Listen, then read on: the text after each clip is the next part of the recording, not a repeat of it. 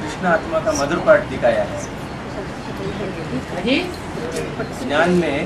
ज्ञान में मधुर पार्ट दिखाया है। हाँ, और राम का कठोर पार्ट दिखाया है।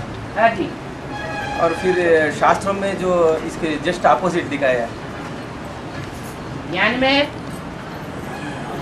विकराल रूपधारी दिखाया है कृष्ण को, है मधुर पार्ट दिखाया है। और शास्त्रों में विरोधी पार्ट दिखाया है। राम को हाँ, ये कहो कि राम को मर्यादा पुरुषोत्तम दिखाया है और कृष्ण को मर्यादाहीन दिखाया है। कृष्ण को 16,108 रानियां और राम को सिर्फ एक में मर्यादा बांध करके जीवन जिया। हाँ जी, हाँ जी। ज्ञान में उल्टा हो गया। ज्ञान में कहाँ उल्टा हो गया? ज्ञान में उल्टा कहाँ दिखाई पड़ रहा है? क्रिश्चियंस को, मुसलमानों को सब कुछ उल्टा दिखाई पड़ता है। भारतवासियों का सारा वांग में सारा उल्टा दिखाई पड़ता है। क्या उल्टा दिखाई पड़ा? तो मधुर पार्ट दिखाते हैं। हाँ, क्या मधुर पार्ट और राम का क्या खराब पार्ट दिखाते हैं? और यहाँ उल्टा कैसे हो गया? नहीं, यहाँ माँ बाप का हिसाब से बोलो है? राम को 16,000 यहाँ ये ज्ञान में हो। हाँ? वो राम का पार्ट है या शिव का पार्ट है? तुम राम का देखते हो, देहधारी का देखते हो या शिव का देखते हो? हाँ? अरे तुम राम तो देहधारी है कि वो बेहद का रूहानी बाप है? हैं? राम बेहद का रूहानी बाप है? अरे राम तो जिस्मानी बाप है, सारी मनुष्य सृष्टि का जिस्मानी बाप। तुम किसको देखते हो? उसमें जो पार्ट बजाने वाला है, जो पतित पावन है, वो कौन सी आत्मा है? रूहानी बाप की आत्मा है ना। तो शिव को देखना चाहिए या शव को देखना चाहिए? आखिरी जन्म में वो शव हो जाता है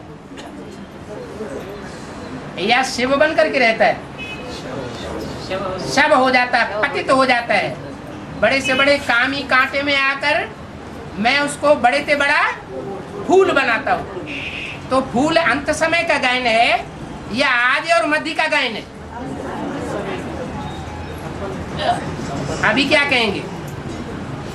राम वाली आत्मा तो भी एकलव्य है ना? है? वो भी तो एकलव्य है ना? एकलव्य है। हाँ, एकलव्य है, वो तो ठीक बात है। यादगार तो राम एकलव्य की तो है, एक को प्यार करने वाली तो है, लेकिन पतित है या पावन है? क्या है? यादगार तो राम कृष्ण। आपका बात गलत बोल रहे हैं ना। जो साकार राम है वो तो एकलव्य है, एक को ही तो प्यार करेंगे। लेकिन पतित है या पावन है? 76 का पहले पतित है। पतित है ना। तो वही बात यहाँ आई सामने कि मर्यादा पुरुषोत्तम का जो पार्ट है वो राम वाली आत्मा नहीं बजाती है संगम युग में। क्या?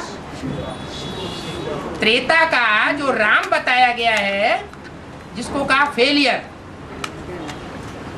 वो राम वाली आत्मा नहीं है। सुनो, वो जो सीता वाली आत्मा है अव्वल नंबर, वो अभी भी मर्यादा पुरुषोत्तम का पार्ट बजाई रही है। क्या? उसकी मर्यादा में एक के सिवाय और कोई दूसरा नहीं है। तो बुद्धि में ये आना चाहिए कि पार्ट बजाने वाला पतित है या एवर प्योर है? एवर प्योर पार्ट बजा रहा है। अगर बुद्धि में ये आया हम ब्रह्मा की गोद में जाते हैं, क्या? गोद में तो जाते हैं, लेकिन अगर बुद्धि में आया कि हम ब्रह्मा की गोद में जाते हैं तो दुर्गति होगी या सदगति होगी? तो दुर्गति हो जाती है। अगर ये बुद्धि में आया कि हम शिव बाबा की गोद में जाते हैं तो दुर्गति होगी, सदगति होगी? सदगति होगी। तो क्या बुद्धि में लाना चाहिए? है? नहीं, अभी जो प्रश्न कर रहे हैं उसमें नहीं बाबू, मर्यादा पुरुषोत्तम के बाद हमने कहा, पीछे कोई ने कहा। पीछे मैंने हाथ झाड़ के भाग खड़े हुए। अच्छा चलो दूसरे ने कहा। हाँ जी, हाँ जी।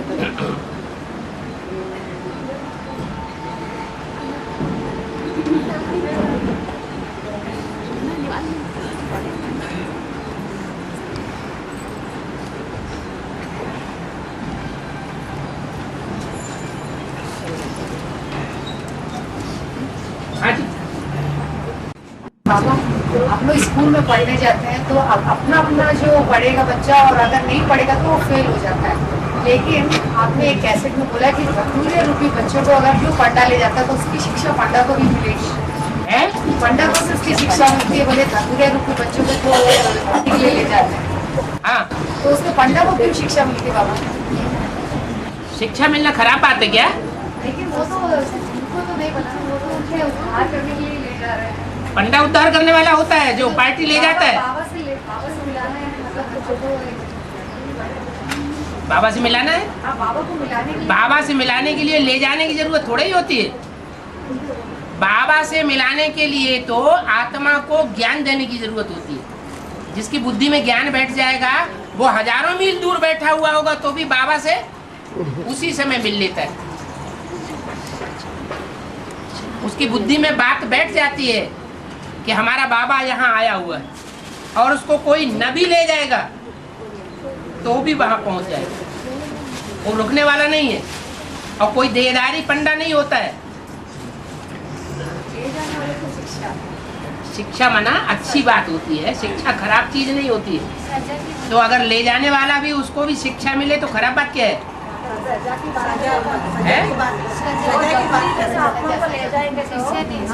सजा मिलेगा ना, बोले माता जी। सजा सजा की बात करो ना, शिक्षा की बात नहीं। अगर कोई विकारी मनुष्यों को ले जाते हैं, जिन्होंने बाप को पहचाना नहीं, और वहां ले गए और वहां जाकर के उन्होंने कुदृष्टि डाली, विकृत कर्म किया बाबा के घर में जाकर के, तो ले जाने वालों के ऊपर पाप नहीं चढ़ेगा? अहिल्या शूटिंग हो जाती है अहिल्या। हाँ, सांप को ले गए, कहाँ ले आए, किसको ले आए? जो सांप जैसी आत्माएं हैं, कामी क्रोधी, ऐसी आत्माओं को पकड़ के ले आए। जानते भी हैं कि हाँ ये विकारी है, इन्होंने धारणा पूरी नहीं की है, फिर भी ले आए, तो पत्थर बुद्धि बनेंगे, माने उनको सजा मिल जाती है। कन्या और कुमारी में क्या अंतर है बाबा? कुमारी है सुकन्या है, कन्या है सुकुमारी है।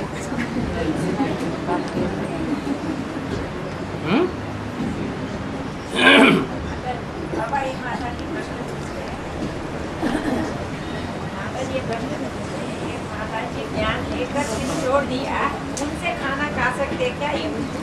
जिन्होंने ज्ञान लेकर के छोड़ दिया वो शूद्र बन गए या ब्राह्मण बने हुए? तो उनके हाथ का भोजन खाना चाहिए या नहीं खाना चाहिए? नहीं खाना चाहिए।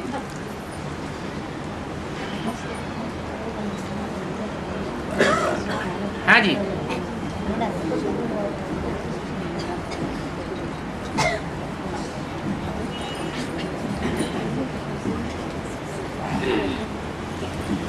बाबा कैसेट में बोला, एक ही जन्म में पहचानते हैं, एक ही जन्म में भूल जाते हैं बाबू को। हाँ। यहाँ तक भूल जाती है, जगन्नाथ मंदिर में 2 भुजाएं थे, वो भी कट गए। हाँ। जब बहू तमोप्रधान बन जाती है, हाँ। तो बाप को पूरा भूल जाता है। हाँ जी। जब तक भूल जाता है तब तक माला का मंटा खिसक जाता है। हाँ। जब तक दोबारा पहचानते हैं तब तक। हाँ, तब तक माला का मणका बन न सके। ये कैसे में ये भी बोला, जब वो सबसे ज्यादा प्रकृति से विनाश होता है ब्राह्मणों का, दुनिया का, हाँ। तो जब विनाश होते तो 8 ही बचेंगे बताया। हाँ। तो 8 बचेंगे तो वो सहयोग नहीं देंगे क्या? जो 8 बचेंगे वो भी नंबरवार बचेंगे, एक जैसे नहीं बचते हैं। और जहाँ तक सहयोग देने की बात है, वो 8 तो आदि से अंत तक अपनी शक्ति के अनुसार सहयोग देते हैं।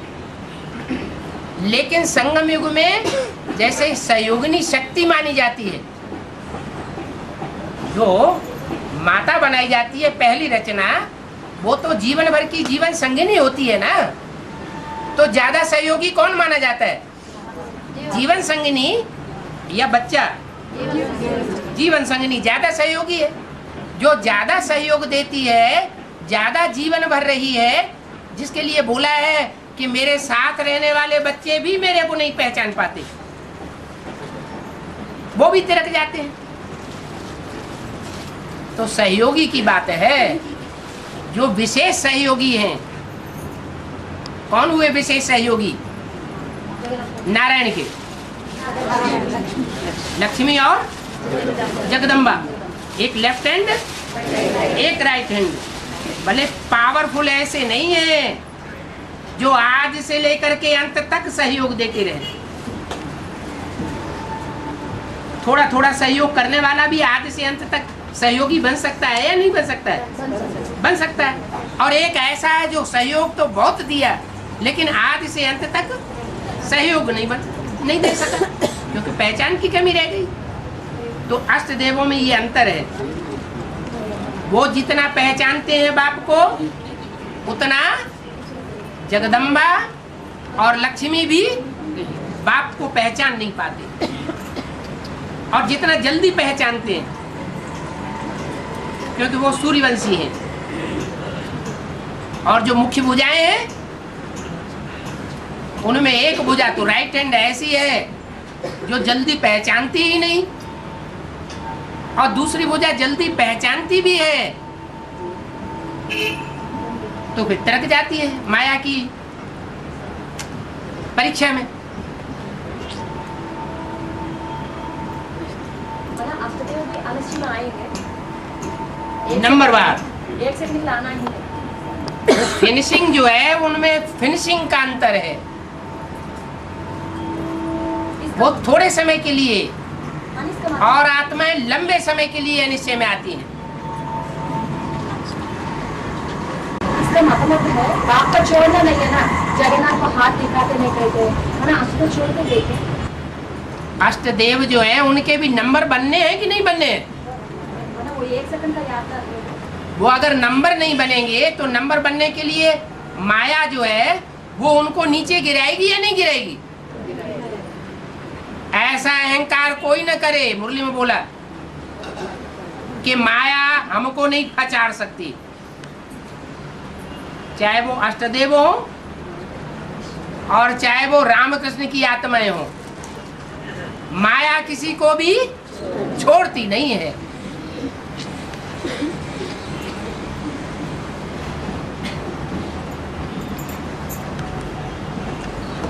और माया जो है ब्रह्मा को भी नहीं छोड़ते और शंकर सॉरी विष्णु को भी नहीं छोड़ते। शंकर जी को दाढ़ी, ये कौन सी मुरली में बोला गया शंकर की दाढ़ी हिलाई गई रे? हैं? सिर्फ दाढ़ी को ये कौन सी मुरली में बोला है? हैं? ये तो भक्ति मार्ग की कहावत है। माया नजरिया मारी गई रे, ब्रह्मा को मारी, विष्णु को मारी, शंकर की दाढ़ी हिलाई गई रे।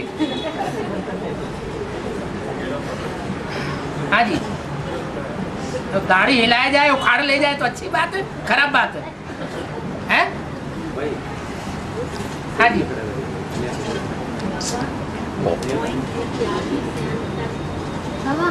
हाँ। जो स्वयं संसार में प्रत्यक्ष होते हैं उनको कोई प्रत्यक्ष न करे, वो स्वयंभू है। फिर ये भी कहा गया है संशोष फादर। ऐसे क्यों कहा?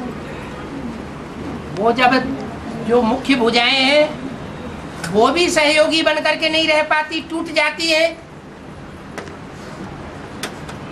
तो फिर कौन उद्धार करता है? स्वयं। तो जब जो दो मुख्य भुजाएं हैं वो ही सहयोगी बन करके नहीं रह पाई, तो फिर वो स्वयं ही अपना सहयोग खुद ही करता है ना, कि कोई दूसरा करता है? इसलिए खुदा कहा जाता है। माने और आत्माएं हिम्मत हार जाती है माया के सामने। एक आत्मा ऐसी है जो अपने स्वरूप को जब पहचान लेती है तो वो हिम्मत हारने वाली नहीं है। हाँ जी, भले अकेली रह जाए, तो भी बाप क्या करेगा? हिम्मत बच्चे मदद बाप बनता है। हाँ जी।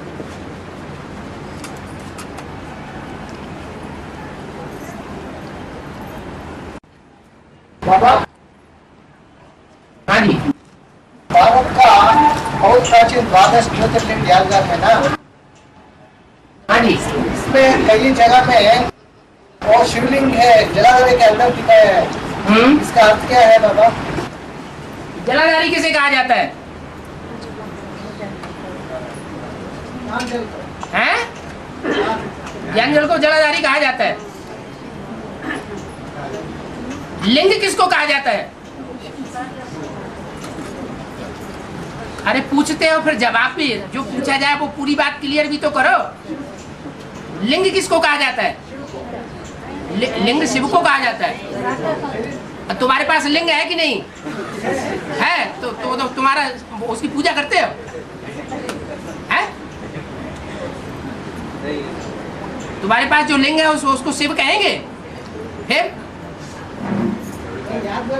तो यादगार है, इसका मतलब ऐसा कोई व्यक्तित्व है जो कल्याणकारी है। शिव लिंग रूप में भी कल्याणकारी है। तो दुनिया में जो मनुष्य है वो लिंग से जो भी कार्य करते हैं वो दुख देने का कार्य करते हैं। क्या? हाँ, लेकिन वो लिंग ऐसा है जिसमें शिव सुप्रीम सोल प्रवेश करता है, वो लिंग दुख नहीं देता, वो सुख ही देता है। ठीक है बाबा, लेकिन कई जगह में ऊपर दिखा है, जलाधारी से ऊपर दिखा है, जगह जलाधारी के अंदर दिखा है शिव लिंग का। तुम्हारा लिंग ऊपर नीचे होता है कि नहीं? है? तुम्हारा लिंग ऊपर नीचे होता है कि नहीं? अंदर होता है, बाहर होता है कि नहीं? तो दुख देता है कि नहीं? इसलिए तुमको शिव नहीं कहेंगे, उसको शिव कहा जाता है। शिव माने कल्याणकारी। वो अकल्याणकारी किसी हालत में, किसी कर्म में, किसी वाचा में, किसी वाइब्रेशन में नहीं हो सकता। ठीक है? सत्य गेट कौन ओपन करता बाबा? ब्रह्मा बाबा और ओम राधा। ओम राधे शरीर छोड़ गई, अभी है ओम राधे है? फिर वो कैसे करेंगी? हाँ, वो किसी तन में प्रवेश करके नई दुनिया की, स्वर्ग की उद्घाटन का काम कर सकती है। कोई कन्या माताएं ऐसी निमित्त बनती हैं जिनमें मम्मा प्रवेश करती है और ब्रह्मा बाबा भी प्रवेश करते हैं। ब्रह्मा बाबा जिसमें प्रवेश करते हैं उसको जगदम्बा कहते हैं, और छोटी मम्मा जिसमें प्रवेश करते हैं वो छोटी माँ लक्ष्मी कही जाती है। जो भी राज परिवार होते हैं तो उनमें एक राजमाता होती है, एक राज लक्ष्मी होती है। ज्यादा ऊंचा पद किसको, पदवी किसको दी जाती है? राजमाता को। लेकिन सारा कारोबार कौन संभालती है? राजलक्ष्मी। तो जो नई दुनिया का संगठन बनेगा उसमें सारा कारोबार कौन संभालेगी? राजलक्ष्मी। उसमें संभालने की क्षमता है। लेकिन ऊंचे पद पर कौन आसीन होगी? राजमाता माने जगदम्बा। मानो ओम राधे वो तो शरीर छोड़ गई, लेकिन ओम राधे छोटी मम्मी में प्रवेश होती है और बड़ी माँ ब्रह्मा बड़ी माँ में माने जगदम्बा में प्रवेश होकर कार्य करता है। और समझ में युगल दोनों युगल ज्ञान में चलते हैं ना, उनके घर में वे चित्र डाल सकते हैं।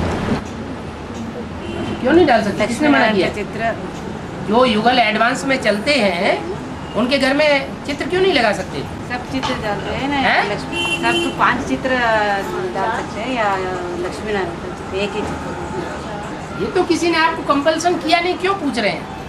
किसी ने मना किया है चित्र लगाने के लिए? पूछ रहे हैं, क्यों पूछेंगे? हाँ जी, चित्र लगाइए। दोनों ज्ञान में चलते हैं, पति पत्नी एडवांस में भी चलते हैं। तो जो एडवांस के चित्र हैं उनको घर में लगाइए। हाँ जी। बाबा, एक कैसेट में बोला गया है शिकरनिक के बारे में। हाँ। और शिकरनिक जो है स्त्री का पार्ट भी बजाते हैं और पुरुष का पार्ट भी बजाते हैं। लेकिन रुद्रमाला का मणका में जो है जगदम्बा जो है नारी से लक्ष्मी नहीं बन पाई ना। हाँ, नहीं बन पाई। अभी क्या रिजल्ट आउट हो गया? नहीं, रुद्रमाला का आपने रिजल्ट कैसे आउट कर दिया? नहीं बाबा, रुद्रमाला का मणका है ना। रुद्रमाला का मणका है ना। नहीं मना, लक्ष्मी बन नहीं सकेगी ऐसा पार्ट बजा जाती है। माया से पछाड़ खाने के बाद ऐसा पार्ट बजा जाती है जिससे वो नारी से लक्ष्मी का पद नहीं पाती। लेकिन लिंग चेंज होना अच्छी बात है क्या, ऐसा पूछा है? सुनो, चेंज होना अच्छी बात है। तो तुम्हारा अगले जन्म में चेंज होगा कि नहीं? अच्छी बात है या खराब बात है? अरे अगले जन्म में, हर एक अगले जन्म में लिंग चेंज होता है या नहीं होता है? होता है तो अच्छी बात है, खराब बात है?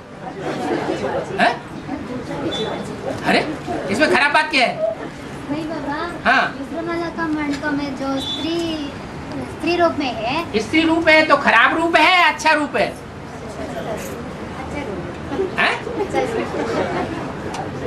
दुनियावी दृष्टि से खराब रूप है, लेकिन भगवान ने जिनको आगे बढ़ाया है, भगवान की दृष्टि में वो श्रेष्ठ है या निष्कृष्ट है? श्रेष्ठ है। उनके द्वारा स्वर्ग की स्थापना होती है, स्वर्ग के गेट खुलते हैं। और जो दूसरे रूप हैं, उनके अपोजिट वाले, वो स्वर्ग के गेट खोलने के काबिल नहीं है। गेट आउट, तुम हटो यहाँ से।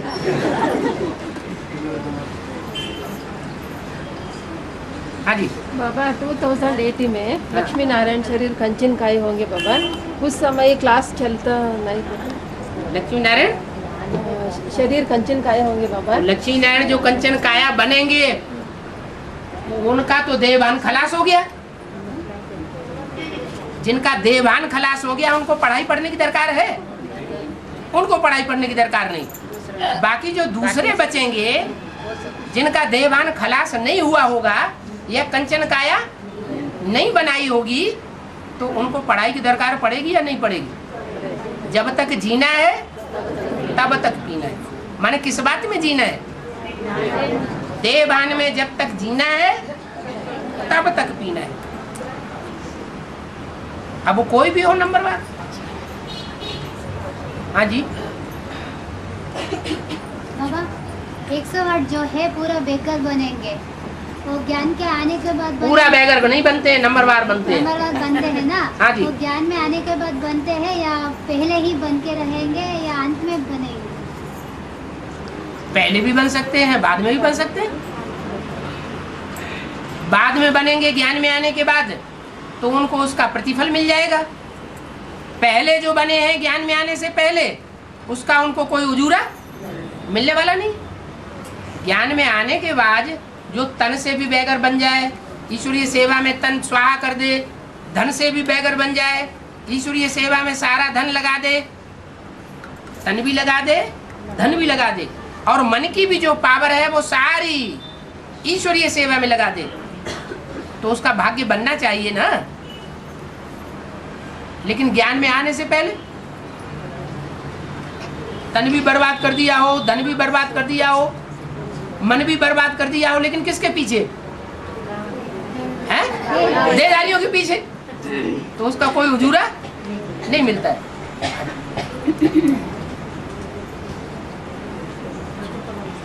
और बाबा, 8 जो है पूरा परिवार को सरेंडर करेंगे और 108 जो है स्वयं सरेंडर होंगे। इसका मतलब क्या है?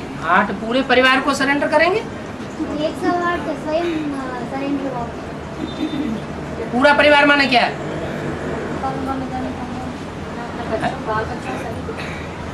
8 पूरे परिवार को सरेंडर करेंगे, इसका क्या मतलब? हद का परिवार है या वो तो जितने भी ज्ञान में चलने वाले हैं सबके लिए बोल दिया। तुम्हारा पूरा का पूरा परिवार ज्ञान में चलेगा। जो भी एडवांस में ज्ञान में चल रहे हैं उनको वरदान मिला हुआ है क्या?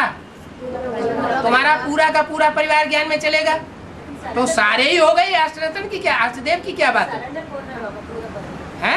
हाँ, आगे चल के ऐसा ही होगा, यथा राजा तथा प्रजा। जैसे नारायण सरेंडर होकर के अपनी जिंदगी में चलता है, ऐसे 4.5 लाख आत्माएं भी संपूर्ण सरेंडर होकर के माउंट आबू में जाकर के बैठेंगी। तन भी स्वाहा, धन भी स्वाहा और मन की सारी सेवा स्वाहा। तब कहेंगे यथा राजा तथा प्रजा। हाँ जी, लेकिन अष्टदेवों के लिए ही क्यों कहा गया है? ये तो आप कहते हैं कि अष्टदेव अपने पूरे परिवार को सरेंडर करेंगे। बाबा एक मैं पढ़ी थी। आप ही तो करेंगे? नहीं करेंगे। अरे नहीं बाबा, मैं एक ईमेल और लेटर पैड में पढ़ी। अरे ईमेल लेटर छोड़ो, वो अव्यक्त वाणी में ये बात बोली कि नहीं कि तुम्हारा पूरा परिवार ज्ञान में चलेगा? चलेगा। हाँ। अभी प्रत्यक्षता संसार में नहीं हुई है, तो दुनिया को देखते हैं, ज्ञान को उतना समझने की कोशिश नहीं करते। और आगे चल के क्या होगा? सारी दुनिया के सामने बाप प्रत्यक्ष हो जाएगा, तो उनको अंदर ये फखुर आवेगा ना, घर वालों को, कि हमने नहीं पहचाना, हमारे घर के अंदर ये आत्मा देखो कितनी श्रेष्ठ है, जिसने भगवान को पहचान लिया। तो हम भी आगे बढ़ने चाहिए, हम क्यों पीछे रहे जब हमारे घर में इतनी श्रेष्ठ आत्मा आई हुई है? तो उनमें भी आगे बढ़ने का उमंग आएगा, वो भी अपना तन मन धन अर्पण करेंगे। और चंद्रमा को दिखाते हैं, चंद्रमा से भी ऊंच है अष्टदेव है, चंद्रमा से भी ऊंच दिखाते हैं अष्टदेवों को। हाँ, माने चंद्रमा से ऊंच है अष्टदेव है नहीं? तो चंद्रमा के 84 जन्म पूरे होंगे या अष्टदेवों के पूरे 84 जन्म होंगे? अष्टदेव से ऊंच है क्या गंगा? है? अष्टदेव से ऊंच है क्या गंगा? हाँ, और भी ऊंचा दिखाते हैं ना गंगा को, तो अष्टदेव से ऊंची है। हाँ, जब जिस समय सेवा की है उस समय उसको ऊंचा रखा गया। जब मौका पड़े तो गधे को भी बाप बनाने में क्या हर्ज है? ईश्वरीय सेवा तो होगी ना। गंगा जो है वो आखिरी जन्मों में आके मैली हो जाती है, नहीं? आखिरी जन्मों में आकर के गंगा मैली हो जाती है, उसमें कचरा पड़ने लगता है। अष्टदेव सिर्फ आखिरी जन्म में आकर के नीचे गिरते हैं, लेकिन आखिरी जन्म में भी ऊंचे उठ जाते हैं। तो अष्टदेव जो है वो आदि से लेकर के अंत तक सहयोगी बनने वाली आत्मा है। और गंगा क्या बोला है? गंगा के लिए, नदियों के लिए क्या बोला है? नदी नाला कब बन जाती है? जब सागर से कनेक्शन नहीं है तो नदी नाला बन जाता है। तो कहाँ आदि से अंत तक सहयोगी बनने वाले, और कहाँ थोड़े समय के लिए सहयोगी बनने वाले? भले थोड़े समय के लिए सहयोगी बनते हैं तो उनको आगे बढ़ाने के लिए सर पे रख लेते हैं। इसका मतलब ये नहीं है कि वो अष्ट देवों से भी ऊपर हो गए। को जगाएंगे कहके ऊंच दिया। हाँ जी, यूपी को जगाएंगे, सारे भारत को, दक्षिण भारत को नहीं, तो पार्शलिटी हो गई। और अष्टदेव हैं? अष्टदेव तो सिर्फ दक्षिण भारत की नहीं, उत्तर भारत की बात नहीं, सारी दुनिया के पूर्वज हैं। और आगे भक्ति का जरा सा क्वेश्चन जैसा भी है। शंकर को तीसरा नेत्र लंबा करते हैं ना, लेकिन वो चित्र में आड़ा में भी है, मतलब तीसरा नेत्र। चित्र किसने बनाए?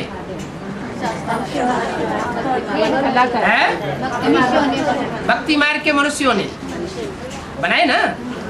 तो भक्ति मार्ग की मनुष्यों की जो भक्ति युक्त बुद्धि आई वो किसने दी? रावण ने दी।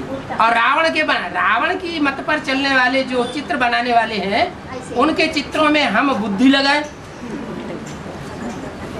तो हमारी बुद्धि का क्या हाल होगा? है? बताया ना, ये चित्र ढेर सारे बनाए हुए हैं। माया की मत पर मुरली में बोला ढेर के ढेर चित्र बनाए हुए। तो माया की मत पर माने रावण की मत पर बनाए गए ना, उनका मनन चिंतन हम क्यों करें? मुरली में तो बाबा ने ऐसा नहीं बोला। बोला? बाबा ने नहीं बोला कि वो तीसरा नेत्र खड़ा नहीं होता है, पड़ा हुआ होता है। इससे पहले पूछ ले भक्ति का है, बोलना है कि बोलना नहीं। इसलिए डर के सभी कोई नहीं पूछे, पता नहीं कैसा तीर मार देंगे। हम तीर मार देंगे। कैसा तीर मार देंगे? इसको पहले मारा ना ऐसा। हैं?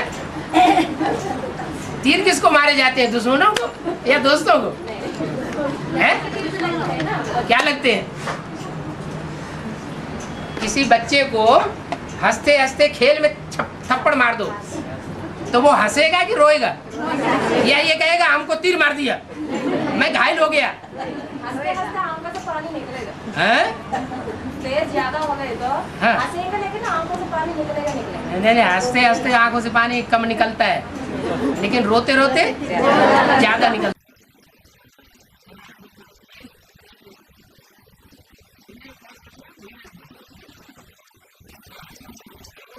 आपको मतलब जो अष्टदेव में आने वाले हैं, उसको अलग से पालना होगी क्या? किसी ने पूछा, तब आपने कहा कि अरे ये कहो उनको सामने बैठ करके मुरली भी सुनने नहीं मिलती, सामने बैठ करके दृष्टि भी नहीं मिलती है, ऐसा आपने जवाब दिया। ठीक है। तो अभी जहाँ कहीं गीता पाठशाला में मधुबन में जा रही है, क्या जा रही है? बाबा जा रही है, तो वहाँ सम्मुख मिल बैठ करके उनको दृष्टि नहीं मिलती है, क्या मुरली सुनने नहीं मिलती? सेवा करेंगे तो दृष्टि मिलेगी। हैं? अष्टदेव भी सेवा करेंगे, चाहे दूर हो चाहे नजदीक हो। अगर दूर भी हैं और सेवा के फील्ड में हो तो उनको दृष्टि मिलेगी या नहीं मिलेगी? मिलेगी। 24 घंटे सेवा की फील्ड में होंगे तो 24 घंटे दृष्टि मिलेगी।